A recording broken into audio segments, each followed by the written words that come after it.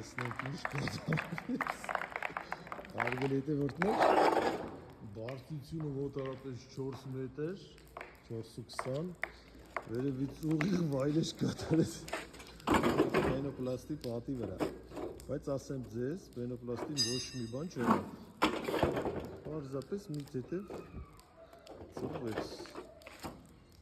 շատ լավ քրաշ տեստ եղավ, գիտեք, ուզում եմ մասշտաբը պատկերացնեք,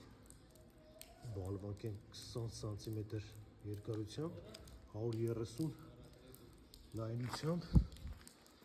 ուղիղ վայրեջ կատարեց մեր պենոպլաստի պատի վրա։ Պենոպլաստի ինքը հիմնականում այնքան բարձր խտությունով պենոպլաստ է, որ ոչ փշրվեց, ոչ մի բան չեղավ, որ պենոպլաստ է, բացապես մետաղական ցանցերը ծռվեցին, որը շատ բնական է։